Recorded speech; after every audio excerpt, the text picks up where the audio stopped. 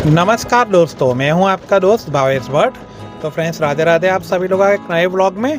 तो आज हम बात करने वाले हैं कार के साथ जो मिलने वाले इंश्योरेंस है, और हम जो कार का 1 साल का इंश्योरेंस ख़त्म हो जाता है उसके बाद और उसके साथ हमारे साथ क्या फ्रॉड हो सकता है, उसके बारे में हम लोग आज जानेंगे।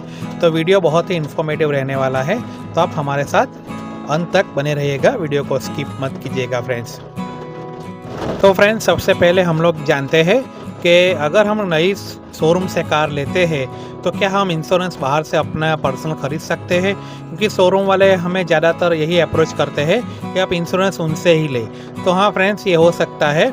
अगर आप जीत करोगे, अगर आप उनसे बहस करोगे तो आप इंश्योरेंस अपना खुद का भी ले सकते हो। ये ज़रूरी नहीं है कि कार डीलरशिप से जो आपको इंश्योरेंस मिलता है वही लेना आपको ज़रूरी होता है, क्योंकि उन लोगों का बहुत ही बड़ा मोटा कमीशन रहता है उसमें। तो आप अगर उन लोगों से थोड़ी बहसबाजी करोगे, मैनेजर से मिलोगे, और अगर कार वेटिंग में ना हुई और पॉपुलर कार नहीं हुई तो आप ये कार अपने आप से भी कार का इंश्योरेंस आप अपने आप से बाहर से भी ले सकते हो फ्रेंड्स। क्योंकि फ्रेंड्स, मैंने ज़्यादातर देखा है, क्योंकि आप कार शोरूम से इंश्योरेंस जो भी लेते हो, जैसे मैंने ये अर्टिगा का इंश्योरेंस जो था, ये गाड़ी वेटिंग में थी, इसलिए मुझे कंपलसरी शोरूम से ही इंश्योरेंस लेना पड़ा, क्योंकि गाड़ी मुझे जल्दी चाहिए थी, मिल नहीं रही थी। तो मैंने बाहर से पता करवाया था, मुझे इसका इंश्योरेंस गिरा था 45,000 के करीब, और बाहर मिल रहा था 30,000 के करीब वो मिल रहा था। इसलिए ये बहुत ही बड़ा मोटा फ़ायदा इन लोगों का होता है। तो आप बहसबाजी करोगे तो आपको डिस्काउंट भी करके दे सकते हैं आप लोगों को, या फिर कुछ कूपन देंगे, कुछ भी देंगे, लेकिन आप उन लोगों की बातों में आना मत, और अपने मोटे पैसे, अपने खून पसीने की कमाई आप बचा सकते हो फ्रेंड्स इससे। और फ्रेंड्स, नए इंश्योरेंस में आपको क्या क्या ध्यान रखना पड़ेगा। अगर आप कार का इंश्योरेंस नया लेते हो तो ये लोग क्या करेंगे, आपको कोई सा भी इंश्योरेंस चिपका देंगे, जिसमें ना ही कोई इंजन कवर होगा, ना ही जीरो डेप्थ तो आजकल हर जगह मिल जाता है। और आपको अगर प्राइवेट कार रही तो आपको 5 साल तक का थर्ड पार्टी भी मिल जाएगा, और कमर्शियल रही तो 1 साल का third party insurance, full insurance आपको मिलेगा। तो आपको क्या क्या चीज़ें ध्यान रखनी है। आपको अगर नई कार है, प्राइवेट में पासिंग ले रहे हो, तो आपको RTI कंपलसरी लेना है, रिटर्न टू इनवॉइस लेना है।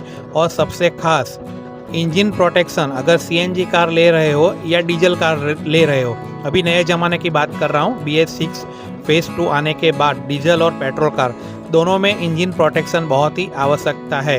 अगर आपने इंजन प्रोटेक्शन नहीं लिया और गाड़ी में कुछ भी दिक्कत आ गई, समझो आपका मोटा पैसा जाने वाला है फ्रेंड्स।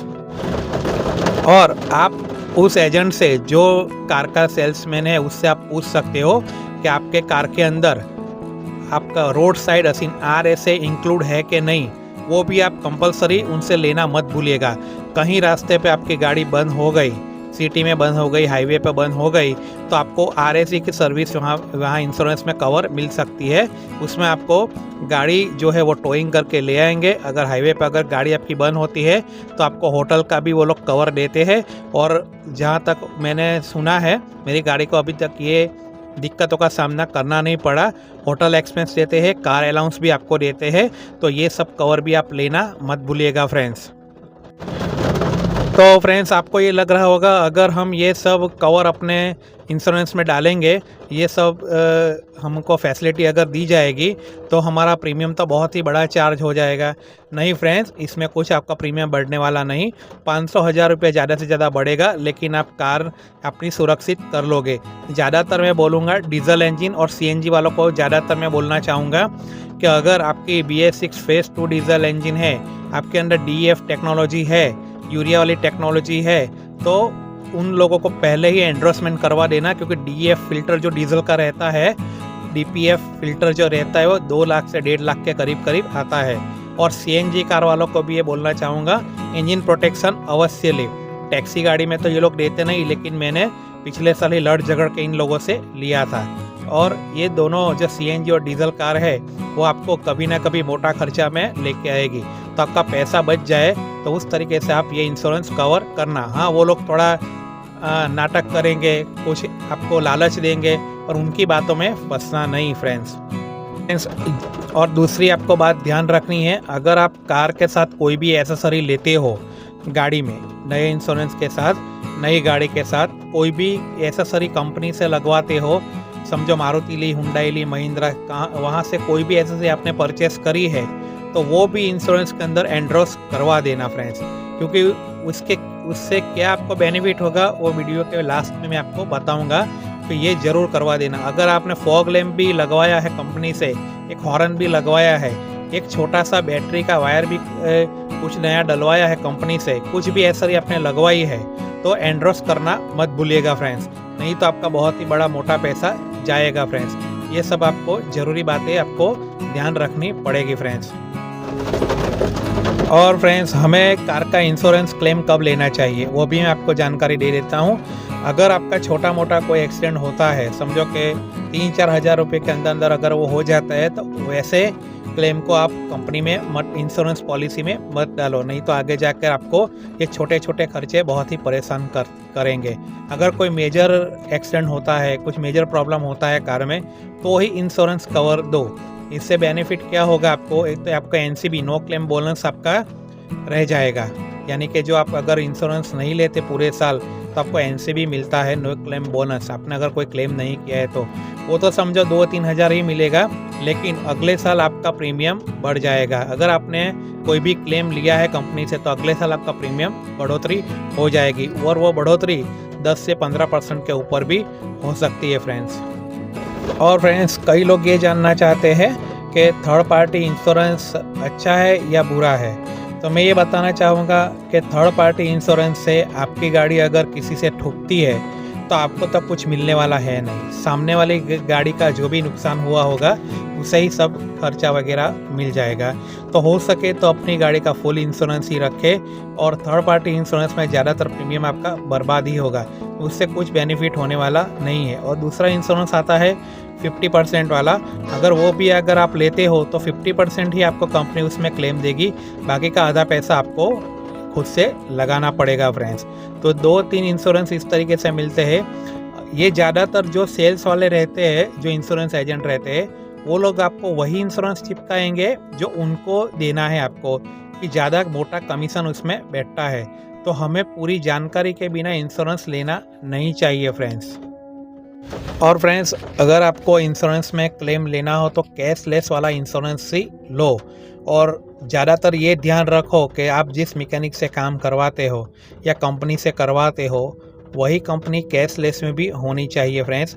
ज़्यादातर आप ये तवज्जो दो अपने इंश्योरेंस में कि आप शायद समझो कि अभी तो ज़्यादा तक 60-70% गाड़ियाँ बाहर ही सर्विस होती है, क्योंकि कंपनी में इतने खर्चे बढ़ गए हैं तो एक आम आदमी को परवड़ता नहीं। मैं मेरी गाड़ी भी बाहर ही सर्विस करवाता हूँ। तो अगर आपका मैकेनिक कैशलेस फैसिलिटी में इंश्योरेंस कवर देता है तो ऐसी इंश्योरेंस पॉलिसी लो कि आपके सामने ये गाड़ी बन जाए, क्योंकि अगर आप कंपनी में दोगे तो आपको एक तो क्वालिटी नहीं मिलेगी, पेंट क्वालिटी ज़रा भी अच्छी नहीं होती। कोई भी कंपनी की बात कर देता हूँ मैं, क्योंकि मैंने ये मेरी नज़रों के सामने देखा हुआ है। मेरी फ्रेंड की कार का एक्सीडेंट हुआ था, बम्पर से लग गई थी, पूरा बम्पर उसने पेंट कर, मैं कंपनी का नाम रिवील नहीं करूँगा किस कंपनी से इंश्योरेंस लिया था और कहाँ पर हमने करवाया था, फालतू में किसी को मैं बदनाम नहीं कर सकता, लेकिन पेंट क्वालिटी इतनी घटिया थी, 2-3 महीने में पूरा पेंट का पपड़ियाँ निकल गई, और पूरा बोनेट जो एक बारिश के अंदर ही पूरा बोनेट उसका जो पहले था ऐसा ब्लैक साइन मारता हुआ हो गया, यानी पूरा कलर का स्कैम चल रहा है। तो हो सके तो अपने मैकेनिक से एक बार बात कर ले, अगर वो कैशलेस का काम करता है तो उसके हिसाब से ही आप इंश्योरेंस पॉलिसी निकालें फ्रेंड्स। और अगर आपका कोई कंपनी में जान पहचान का है तो उससे आप कंपनी में इंश्योरेंस पॉलिसी आप निकाल सकते हो फ्रेंड्स। ये छोटी छोटी बातें हैं, अगर आप ध्यान रखोगे तो आपकी खून पसीने की गाड़ी कमाई कोई फालतू जगह पर इन्वेस्ट नहीं होगी और आप फ्रॉड से बच सकोगे फ्रेंड। और फ्रेंड्स, आजकल मैंने ज़्यादातर देखा हुआ है कि प्राइवेट कार में, थार जैसी गाड़ियों में टायर साइज़ अपग्रेड कराते हैं, लाइटें लगवाते हैं, कुछ हम आफ्टर मार्केट एलॉय डलवाते हैं, कंपनी से डलवाएंगे या बाहर से डलवाएंगे।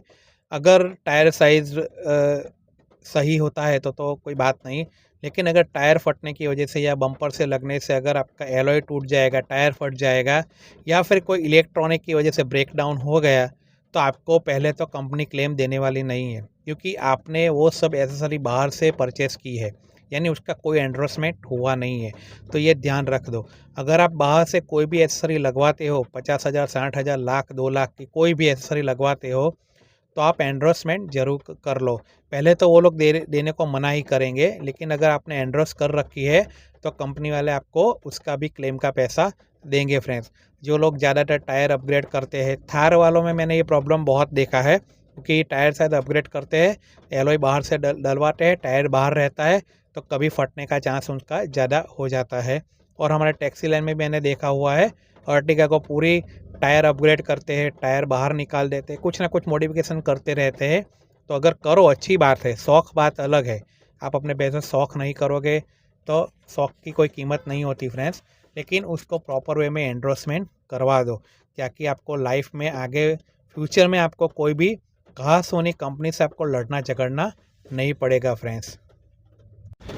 तो फ्रेंड्स, एक छोटी सी जानकारी थी कि इंश्योरेंस आपको कैसा लेना चाहिए, कब लेना चाहिए और किस तरीके का लेना चाहिए और आपके साथ क्या क्या फ्रॉड हो सकता है। तो मेरे पास जितना 2-3 सवाल आए थे, तो मैंने सोचा चलो एक वीडियो ही बना देता हूँ। तो मेरे पास जितना नॉलेज था मैंने आपको दे दिया, और मैंने जो अब 13 साल की ये जो ट्रैवलिंग जर्नी में मैंने जो सीखा है इंश्योरेंस कंपनी वालों से, वही मैंने आपको बताया है, और इसमें कोई शक की बात नहीं है फ्रेंड्स। अगर ये आपको मेरा वीडियो अच्छा लगा हो तो लाइक, शेयर और सब्सक्राइब करना मत भूलिएगा।